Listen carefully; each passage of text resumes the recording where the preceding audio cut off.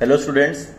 तो कल हम लोगों ने कंसंट्रेशन टर्म्स पढ़े थे, ठीक है। आज हम लोग उसको फर्दर आगे बढ़ाते हुए सबसे पहले जो टॉपिक पढ़ेंगे दैट इज टेम्परेचर डिपेंडेंस, ठीक है। तो ध्यान दो, अगर मैं बोलूं कि effect of temperature on weight, तो तुम्हारा वेट पे इफेक्ट का कोई भी वेट पे टेम्परेचर का कोई भी इफेक्ट नहीं होता है, क्लियर है। अच्छा, अगर मैं बोलूं effect of temperature on moles, तो मोल्स क्या होता है? Weight upon molar mass. Weight पे कोई इफेक्ट नहीं, मोलर मास भी हमेशा फिक्स रहेगा, चाहे कोई भी टेम्परेचर ले लो तो तुम्हारा मोल्स पे भी टेम्परेचर का कोई भी इफेक्ट नहीं आएगा। और अगर मैं बोलूं effect of temperature on volume, तो वॉल्यूम पे टेम्परेचर का इफेक्ट आता है, क्लियर है कि नहीं? क्लियर है, आया समझ में? ठीक है, तुम्हारा टेम्परेचर का इफेक्ट वेट पे नहीं होगा, मोल्स पे होगा, किस पे होगा? वॉल्यूम का।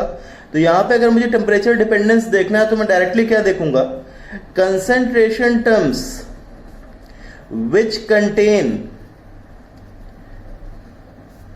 टर्म्स ऑफ वॉल्यूम, जो वॉल्यूम के टर्म्स कंटेन करेंगे, will be affected by temperature, या मैं क्या बोलूंगा? विल डिपेंड ऑन टेम्परेचर, ठीक है। जो जिन कंसंट्रेशन टर्म्स में तुम्हारा वॉल्यूम का टर्म आएगा वो तुम्हारा टेम्परेचर डिपेंडेंट होंगे, और जिनमें वेट और मोल्स के टर्म आ रहे हैं वो टेम्परेचर डिपेंडेंट नहीं होंगे। जैसे अगर तुमसे बोला जाए सबसे पहले मोलैरिटी, मोलैरिटी क्या होता है? Number of moles of solute upon volume. Volume का टर्म आया मतलब it will depend on temperature. तुमसे बोला जाए percentage weight by wait, percentage weight by wait में क्या होता है? Weight of solute upon weight of solution. सिर्फ वेट के टर्म्स आ रहे हैं, वॉल्यूम का टर्म नहीं आ रहा है, मतलब ये टेम्परेचर पे डिपेंड नहीं करेगा। नेक्स्ट, अगर तुमसे बोला जाए मोलैलिटी, मोलैलिटी क्या होता है? Number of moles upon weight of solvent. फिर से नंबर ऑफ मोल्स आ रहा है, वेट आ रहा है, वॉल्यूम नहीं आ रहा है, तो ये भी टेम्परेचर पे डिपेंड नहीं करेगा। नेक्स्ट, अगर तुमसे बोला जाए परसेंटेज वेट बाय वॉल्यूम, इसमें वॉल्यूम का टर्म आ रहा है, मतलब ये वेट पे डिपेंड, सॉरी ये टेम्परेचर पे डिपेंड करेगा। मोल फ्रैक्शन, ऊपर भी moles, number of moles of component upon total moles, सिर्फ मोल्स के टर्म आ रहे हैं, तो ये तुम्हारा टेम्परेचर पे डिपेंड नहीं करेगा, ठीक है। तो सिंपल सा तुम्हारा क्राइटेरिया क्या है? वो कंसंट्रेशन टर्म्स जिनमें तुम्हारा वॉल्यूम का टर्म आ रहा है वो तुम्हारा टेम्परेचर डिपेंडेंट है, जिसमें सिर्फ वेट और मोल्स के टर्म आ रहे हैं वो तुम्हारे टेम्परेचर डिपेंडेंट नहीं है। क्लियर है कि नहीं? क्लियर है, आया समझ में? क्लियर है, ठीक है। नेक्स्ट हमारा जो टॉपिक आता है that is inter conversion of concentration terms. बहुत इंपॉर्टेंट टॉपिक है, इसको ध्यान से पढ़ो। तो हम लोग अपने क्विज करने के लिए तो तुम्हारे कंसंट्रेशन टर्म्स हैं उनको दो पार्ट में डिवाइड कर रहे हैं। Type 1 concentration terms which do not contain volume, जैसे तुम्हारा हो गया molality, mole fraction, percentage weight by wait, ठीक है। वो कंसंट्रेशन टर्म्स जिसमें तुम्हारा वॉल्यूम के टर्म्स ना है, इनको टाइप 1 में ले लिया। और टाइप 2 ले लिया concentration terms which contain volume, जैसे molarity, percentage weight by volume, ठीक है। आया समझ में? पीपीएम दोनों में आ सकता है और डिपेंड करेगा तुम्हें किसमें निकालने को दे रखा है। क्लियर है कि नहीं? क्लियर है, आया समझ में? ठीक है।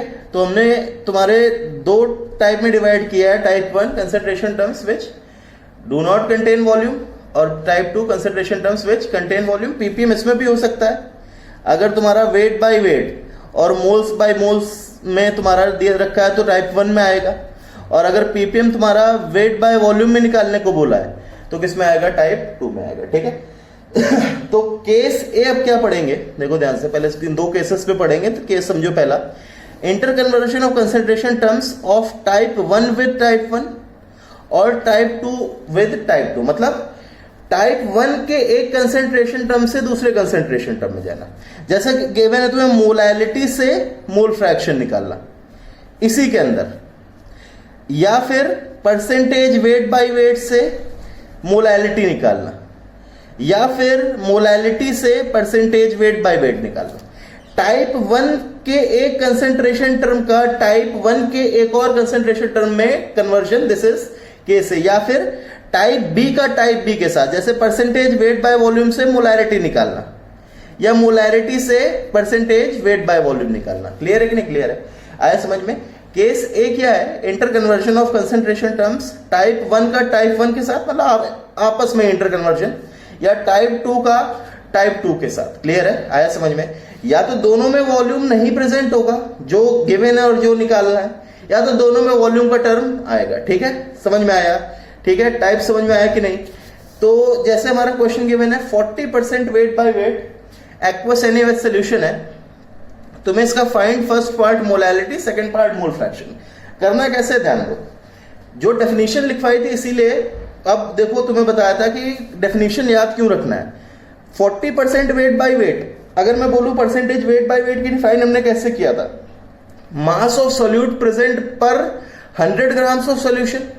तो अगर मैं बोलूं परसेंटेज वेट बाय वेट मेरा 40 दे रखा है, तो मैं बोल सकता हूं कि नहीं कि 40 grams percent weight by weight of aqueous NaOH तुम्हारा 40 दे रखा है, तो मैं इसको बोल सकता हूं 40 grams of NaOH in 100 grams of solution. ये अगर लाइन तुमने लिख दी तुम्हारा क्वेश्चन हो जाएगा।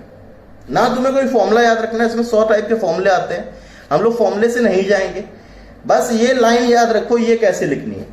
तुम्हें परसेंटेज वेट बाय वेट की डेफिनेशन ने क्या बताई है? मास ऑफ सोल्यूट प्रेजेंट पर 100 ग्राम ऑफ सोल्यूशन। तो अगर 40% तो मैं बोलूंगा 40 ग्राम्स ऑफ सोल्यूट, सोल्यूट क्या है? NaOH in 100 gram of solution. ये लाइन लिख दी, आंसर निकल आएगा। कोई फॉर्मूला याद नहीं रखना है, ठीक है? कई फॉर्मूले आते हैं लेकिन हम लोग फॉर्मूले से नहीं जाएंगे, ठीक है? अननेसेसरी फॉर्मूले याद रखने की जरूरत नहीं, कॉन्सेप्ट से चलो, ठीक है? तो देखो कैसे करोगे, ये लाइन लिख दी। अब देखो फर्स्ट हमें क्या निकालना है? मोलैलिटी। मोलैलिटी का फॉर्मूला क्या होता है? Number of moles of solute upon weight of solvent in KG. इस लाइन में इन दोनों को देखो, तो number of moles of solute 40 gram solute है, तो नंबर ऑफ मोल्स कितने आ जाएंगे? 40/40। और wait of solvent 40 gram solute 100 gram solution, तो वेट ऑफ सॉल्वेंट कितना आएगा? वेट ऑफ H2 कितना आएगा? 60 ग्राम्स। और 60 ग्राम्स आ गया तो इन केजी रखना है, तो 60 डिवाइडेड बाय 1000, मतलब ये कितना आ जाएगा? 1000 divided by 60।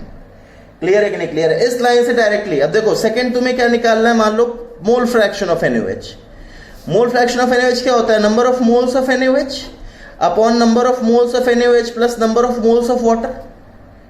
Number of moles of NaOH इसमें ढूंढो, इस लाइन में ढूंढो, कितने आएंगे? 40/40 अपॉन 40/40। वाटर के मोल्स कितने आएंगे? वाटर का मास कितना है? 60, तो 60 डिवाइडेड बाय 18। ठीक है, कॉन्सेप्ट से चलो, अननेसेसरी फॉर्मूला ध्यान रखने की जरूरत नहीं। जैसे सेकंड तुम्हें क्या गिवन है, लिखो 40% wait by volume. Wait by volume किसमें? ग्राम्स पर ml एक्वस NaOH सोल्यूशन है, तुम्हें मोलैरिटी निकालना। पहले टाइप देखना सीखो। देखो टाइप कैसे देखोगे, ऊपर वाला क्वेश्चन देखो, जो गिवन था परसेंटेज वेट बाय वेट, उसमें वॉल्यूम का टर्म नहीं है। मोलैलिटी निकालना है, मोलैलिटी में वॉल्यूम का टर्म नहीं है। मोल फ्रैक्शन निकालना है, मोल फ्रैक्शन में भी वॉल्यूम का टर्म नहीं है, मतलब इंटर कन्वर्जन है टाइप 1 वाले को टाइप 1 के अंदर। क्लियर है? अब इसमें देखो जो गिवन है परसेंटेज वेट बाय वॉल्यूम, उसमें भी वॉल्यूम का टर्म है, और जो चीज निकालनी है मोलैरिटी, उसमें भी वॉल्यूम का टर्म है। ठीक है, आया समझ में? ठीक है, तो ये तुम्हारे केस 1 में आ रहे हैं। ठीक है, एक बार करके देखो, वीडियो पॉज करके। एक सबसे पहले ये लाइन लिखने की सोचो, ये लाइन लिख दी, आंसर आ जाएगा। लाइन कैसे लिखोगे भाई? क्या लिख सकता हूं मैं? 40% वेट बाय वॉल्यूम गिवन है, तो मैं क्या बोल सकता हूं? 40 grams of NaOH in 100 ml of solution. बोल सकता हूं कि नहीं बोल सकता हूं? बोला सकता है कि नहीं बोला सकता है? अब ये लाइन लिख दी, आंसर आ जाएगा, कोई फॉर्मूला ध्यान नहीं। मोलैरिटी बताओ क्या होगा? Number of moles of solute, मतलब number of moles of NaOH upon volume of solution in litres. तो नंबर ऑफ मोल्स कितने आ जाएंगे? 40/40 upon volume of solution in litres, मतलब 100 डिवाइडेड बाय 1000। क्लियर है कि नहीं क्लियर है? आया समझ में? ठीक है, बहुत आसानी से होंगे और बहुत अच्छे क्वेश्चंस आते हैं। तुम लोग अननेसेसरी फॉर्मूला के चक्कर में इसको टफ बना लेते हो, ये बहुत इजी है। क्लियर है? नेक्स्ट देखो, मोलैरिटी तुम्हें कितनी गिवन है एक्वस NaOH की? 2। Find percentage weight by wait, second mole fraction of NaOH। पहले देखो केस 1 में आ रहा है कि नहीं आ रहा है? मोलैरिटी वॉल्यूम का टर्म नहीं, वेट बाय वेट निकालना, वॉल्यूम का टर्म नहीं, मोल फ्रैक्शन ऑफ NaOH में भी वॉल्यूम का टर्म नहीं, मतलब केस 1 में आ रहा है। अब इसको लिखने की सोचो, इसका लाइन कैसे लिखोगे बताओ? मोलैलिटी को क्या डिफाइन किया था? Number of moles of solute present पर केजी ऑफ सॉल्वेंट। तो मैं बोल सकता हूं 2 moles of NaOH in 1 kg of H2। ध्यान रखो, इसमें सोल्यूशन लिख देना। तो मोलैलिटी बताया था, मोलैलिटी मास ऑफ सॉल्वेंट आता है, ठीक है।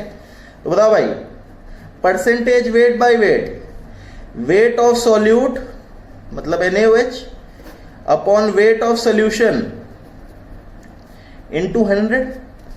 वेट ऑफ NaOH कितना आएगा? 2 इंटू 40, 2 मोल है तो 2 इंटू 40 ग्राम। और वेट ऑफ सोल्यूशन कितना आएगा? 1000 ग्राम, ठीक है।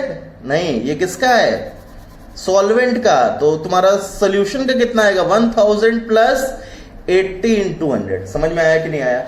नीचे 1000 नहीं रखोगे क्योंकि 1000 gram is mass of solvent, ना कि मास ऑफ सोल्यूशन, ठीक है। सेकंड बताओ भाई, मोल फ्रैक्शन ऑफ NaOH कितना है भाई? Number of moles of NaOH upon number of moles of NaOH plus number of moles of water. Moles of NaOH कितने? 2 अपॉन 2 प्लस वाटर के कितने मोल्स? 1000 divided by. क्लियर है कि नहीं क्लियर है? ठीक है। नेक्स्ट क्वेश्चन अटेम्प्ट करो।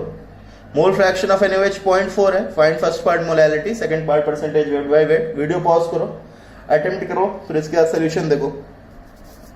मोल फ्रैक्शन ऑफ NaOH कितना है? 0.4। तो मैं लिख सकता हूं 0.4 moles of NaOH in 1 mole of solution, ठीक है। अब तुम्हें फर्स्ट पार्ट निकालना है मोलैलिटी। मोलैलिटी का क्या? Number of moles of solute मतलब number of moles of NaOH upon weight of solvent क्या है? एक्वस NaOH है, ये एक्वस NaOH, ठीक है। वेट ऑफ सॉल्वेंट क्या है? Weight of water in kg। Moles of NaOH कितने? 0.4। सॉल्वेंट का वेट कितना आएगा? तो अगर मैं बोलूं 0.4 मोल सॉल्यूट का है, 1 मोल सोल्यूशन का है, तो number of moles of water कितने आ जाएंगे? 0.6। क्लियर है कि नहीं क्लियर है? और number of moles of water अगर 0.6 आ गया तो वेट ऑफ वाटर कितना आ जाएगा? 0.6 इंटू 18 ग्राम्स। तो अगर ये है तो 0.6 इंटू 18 और केजी में कन्वर्ट करने के लिए किससे मल्टीप्लाई कर देंगे? समझ में आया? क्लियर है कि नहीं क्लियर है? दूसरा पार्ट क्या था? Percentage weight by wait. बताओ भाई, वेट ऑफ सॉल्यूट मतलब 0.4 into 40 upon weight of solution कितना आएगा?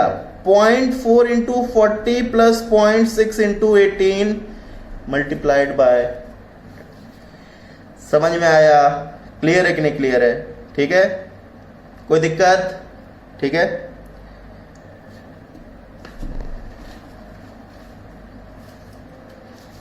क्लियर है सबको? ठीक है, तो नेक्स्ट अगर तुमसे बोला जाए, नेक्स्ट आता है तुम्हारा केस बी। ठीक है, केस बी क्या है?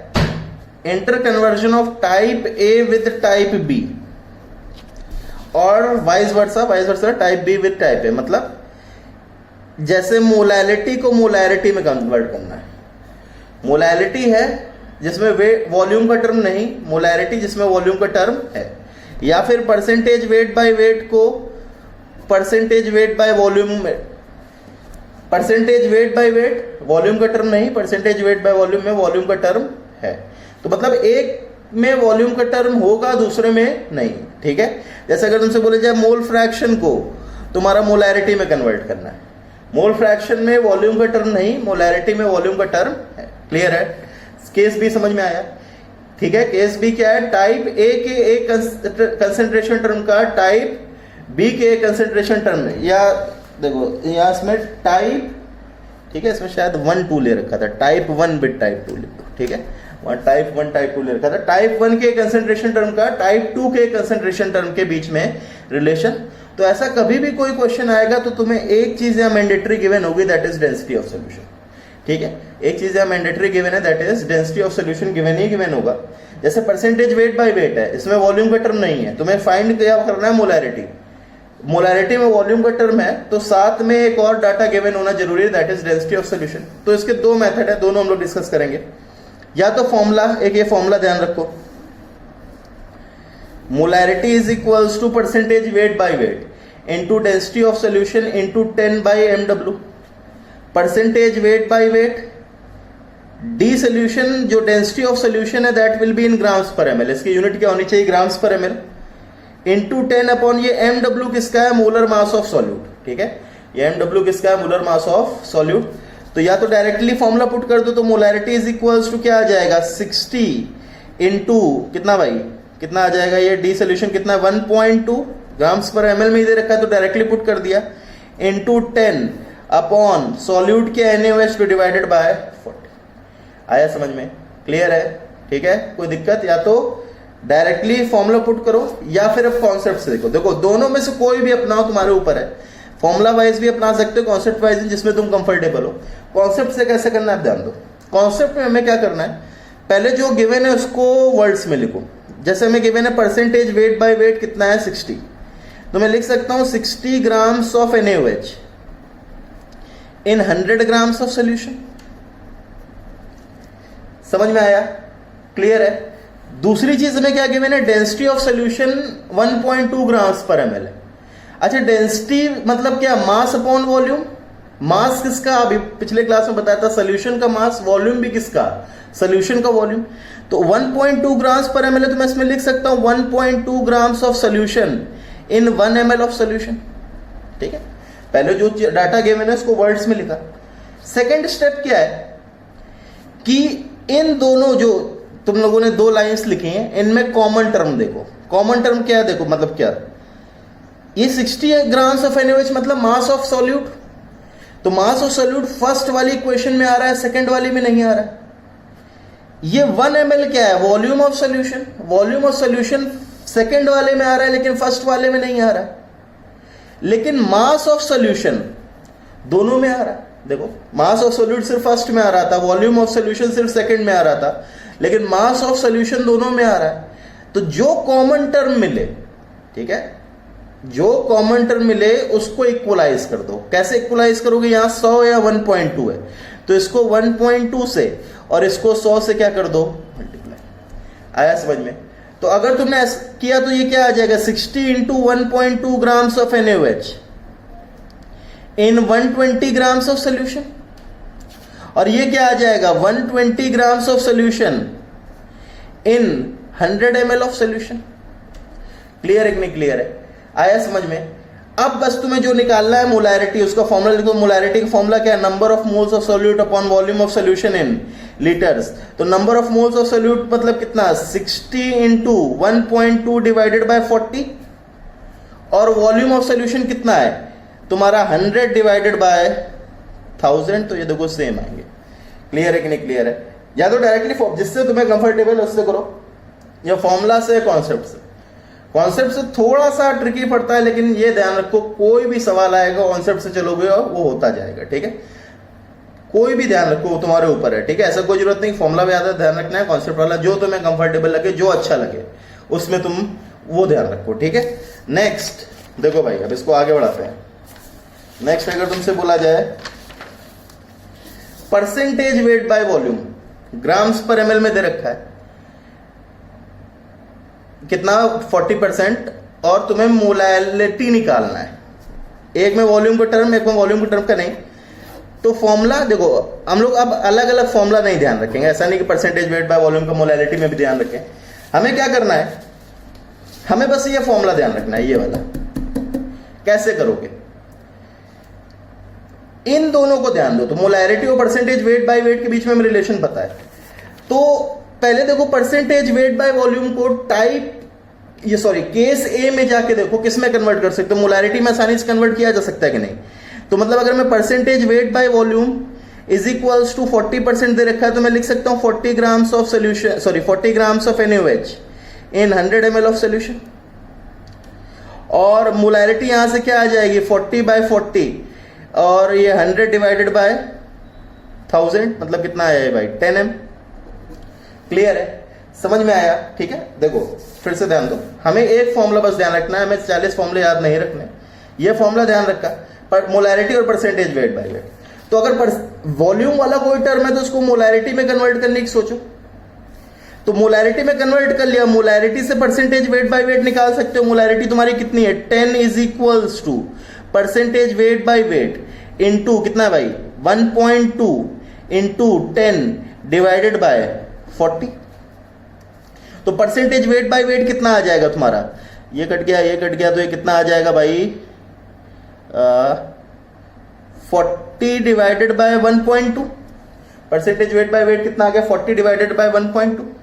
अब परसेंटेज वेट बाय वेट आ गया, इसको तुम किस में कन्वर्ट कर लो, मोलैलिटी में। फिर से केएसए में जाके क्या बोलोगे, 40 by 1.2 grams of NaOH in 100 grams of solution.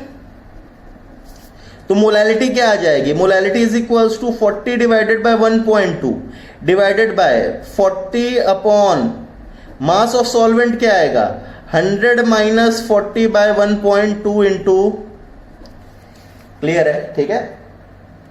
40 formula याद नहीं रखेंगे, क्या करेंगे, एक फॉर्मूला याद है हमें, कोई वॉल्यूम वाला टर्म है तो उसको मोलैलिटी में कन्वर्ट करना है, और वेट वॉल्यूम वाला जिसमें वॉल्यूम के टर्म्स नहीं आ रहे हैं उसको परसेंटेज वेट बाय वेट में कन्वर्ट करना है, ठीक है। और फिर आपस में क्या कर देना है, रिलेट कर देना है, या तो एक हो गया फॉर्मूला वाला या कॉन्सेप्ट वाइज हो। देखो परसेंटेज वेट बाय वॉल्यूम 40% तो मैं लिख सकता हूं 40 ग्राम्स ऑफ NaOH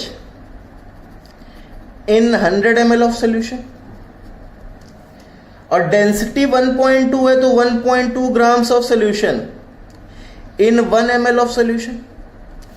अब इन दोनों में कॉमन टर्म देखो क्या आ रहा है, तो कॉमन टर्म तुम्हारा क्या आ रहा है, वॉल्यूम ऑफ सोल्यूशन दोनों में आ रहा है। तो वॉल्यूम ऑफ सोल्यूशन अगर दोनों में आ रहा है तो मल्टीप्लाई बाय 100 कर दोगे तो दोनों में इक्वेट हो जाएगा। तो मैं बोल सकता हूं divided by 120 grams of solution in 100 ml of solution. समझ में आया, इसमें कॉमन टर्म क्या आया था, वॉल्यूम ऑफ सोल्यूशन, तो वॉल्यूम ऑफ सोल्यूशन को इक्वेट कर दिया। अब तुम्हें निकालना क्या, मोलैलिटी। तो molality is equals to what, moles of solute upon तुम्हारा कितना आ जाएगा, mass of solvent 120 minus 40 into, समझ में आया, क्लियर है कि नहीं क्लियर है, ठीक है। या तो फॉर्मूला वाइज जाओ या कॉन्सेप्ट वाइज जाओ, कंप्लीटली तुम्हारे ऊपर है, समझ में आया, ठीक है। कॉन्सेप्ट वाइज वाले में अननेसेसरी कुछ नहीं करना है, इसमें लंबा भी पड़ जाएगा। इसमें क्या है, बस तुम्हें कॉमन टर्म ढूंढना है, उसको इक्वेट कर देना है। नेक्स्ट क्वेश्चन जैसे करो, mole fraction of NaOH is equals to 0.4, तुम्हें मोलैरिटी निकालना है।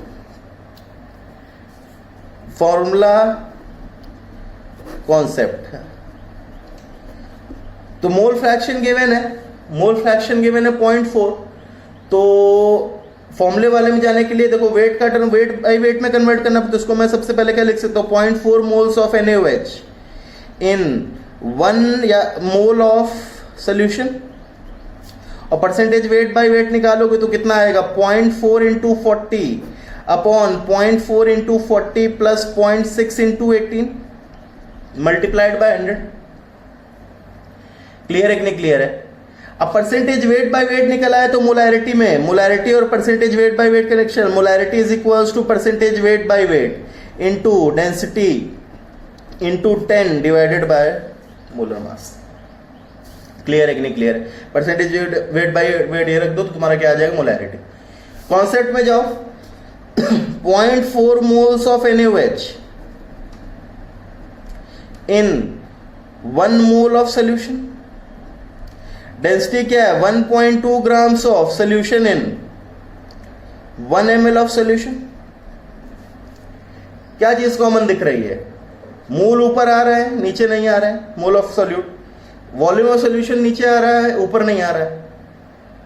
ऐसे देखो तो कुछ कॉमन नहीं दिख रहा है, लेकिन अगर मैं ये देखूं इसको मैं ऐसे लिख सकता हूं कि नहीं, 1 मोल ऑफ सोल्यूशन को मैं ऐसे लिख सकता हूं 0.4 into 40 plus 0.6 into 18 grams of solution. देखो एक बार खुद से ध्यान दो, ऐसे लिखा जा सकता है कि नहीं लिखा जा सकता है, ठीक है। और ऐसे लिख लोगे तो ये 0.4 इंटू ये कितना आ रहा है, एक मिनट रुको, 0.4 इंटू 40 और 0.6 इंटू 18 मतलब ये 26.8 आ रहा है, दिस इज 26.8 ग्राम्स, ठीक है। तो कॉमन टर्म क्या आ गया, मास ऑफ सोल्यूशन, और मास ऑफ सोल्यूशन कॉमन आ गया, तो दोनों साइड इक्वेट कर दो इसको 26.8 और इसको किससे मल्टीप्लाई कर दिया 1.2 से, और फिर तुम्हें क्या निकालना है, मोलैरिटी। तो molarity is equals to number of moles divided by volume of solution, कितना आएगा 26.8 इंटू, समझ में आया, खुद से करो, ठीक है। क्लियर है कि नहीं क्लियर है, आया समझ में। मोलैरिटी इनटू मोलैरिटी, तो देखो एक और फॉर्म मोलैरिटी को डायरेक्टली मोलैरिटी में कन्वर्ट करने का, ठीक है। ये फॉर्मूला चाहे तो मैं फॉर्मूला की शीट भी दे सकता हूं, तो वो अलग अलग फॉर्मूले में ध्यान रखो, चलो वो ठीक है। या फिर एक फॉर्मूला से कन्वर्ट करो या कॉन्सेप्ट से कन्वर्ट करो, कंप्लीटली तुम्हारे ऊपर है, ठीक है। तुम किससे, ये एक फॉर्मूला या तो इसको उसमें कन्वर्ट कर दो, ठीक है। परसेंटेज वेट बाय वेट और मोलैरिटी के बीच में रिलेशन, जैसे मोलैरिटी इनटू मोलैरिटी है, तो मोलैरिटी कितना गिवन है 2, तो 2 को मैं क्या लिख सकता हूं, 2 mole of NaCl in 1 kg of water. यहां से परसेंटेज वेट बाय वेट निकाल दिया, कितना आया भाई 2 इंटू इसका कितना आएगा 58.5 अपॉन 1000 प्लस 2 इंटू 58.5 इंटू 100, और फिर परसेंटेज वेट बाय वेट और मोलैरिटी के बीच में relation, percentage weight by weight into density, density of solution है लेना, डेंसिटी ऑफ सोल्यूशन कितना है 1 मान लो 5 ग्राम्स पर ml, 1.5 into 10 divided by molar mass of solute कितना है 58 ठीक है। क्लियर है कि नहीं क्लियर है। ये तो कॉन्सेप्ट वाइज जाओ, कॉन्सेप्ट वाइज कैसे जाओगे, 2 mole of NaCl in 1 kg of H2O, और डेंसिटी को क्या लिख सकते हो 1.2 grams of solution in, sorry 1.5 grams of solution in 1 ml of solution. देखा कुछ कॉमन, थोड़ा दिमाग लगाओ, क्या कॉमन कर सकते हैं यहां पे 1 kg ऑफ वाटर, अच्छा मैं 2 mole of NaCl 1 kg of water, इसको मैं ऐसा लिख सकता हूं 2 mole of NaCl in 1000 plus 58.5 into 2 मतलब कितना आएगा 100 117 मतलब 1117 ग्राम्स ऑफ सोल्यूशन। देखो भाई लिखा जा सकता है कि नहीं लिखा जा सकता है, थोड़ा दिमाग लगाओ, ठीक है। आया समझ में। अब कॉमन टर्म तुम्हारा मास ऑफ सोल्यूशन आ गया, दोनों में इक्वेट करके आंसर, ठीक है, फाइंड कर लो, ठीक है। आया समझ में, क्लियर है। एक यहाँ पे क्वेश्चन करो, ठीक है।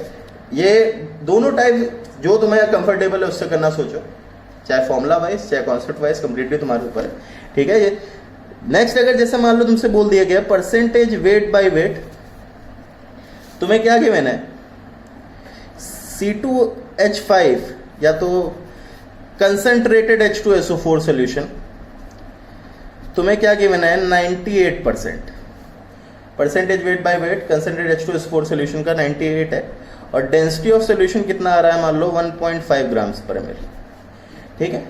फाइंड मोलैरिटी, ये एक बार निकालो, ठीक है, एक बार इसको निकाल के देखो, ठीक है। तो क्या किया जाए भाई, परसेंटेज वेट बाय वेट और molarity, molarity is equals to, मैं क्या बोलूंगा, परसेंटेज वेट बाय वेट कितना है 98 इंटू 1.5 इंटू 10, क्लियर है, अपॉन तुम्हारा कितना आ जाएगा भाई क्या आ जाएगा, मोलर मास ऑफ तुम्हारा सॉल्यूट कितना है 98, क्लियर है कि नहीं क्लियर है। अच्छा रुक जाओ एक चीज रुक जाओ, तुम्हें क्या गिवन है यहाँ पे, एक चीज रुक जाओ पहले करने के लिए। H2SO4 तुम्हारा नॉर्मल कंडीशंस पे लिक्विड के फॉर्म में होता है, ठीक है। H2SO4 नॉर्मल कंडीशंस में लिक्विड के फॉर्म में, एक बार चलो फिर से करो इसको, ठीक है। H2SO4 नॉर्मल मतलब normal temperature pressure, room temperature pressure conditions में लिक्विड फॉर्म में, मतलब ये सोल्यूशन बना है, this is liquid plus liquid, water plus H2SO4 is liquid plus liquid solution, ठीक है। अब थोड़ा दिमाग लगाओ भाई दिमाग, क्या इसमें चेंज आएगा कि इस केस में ध्यान दो, अगर मैं देखूं H2SO4 का 98% है, तो मैं लिख सकता हूं 98 grams of H2SO4 in 100 grams of solution.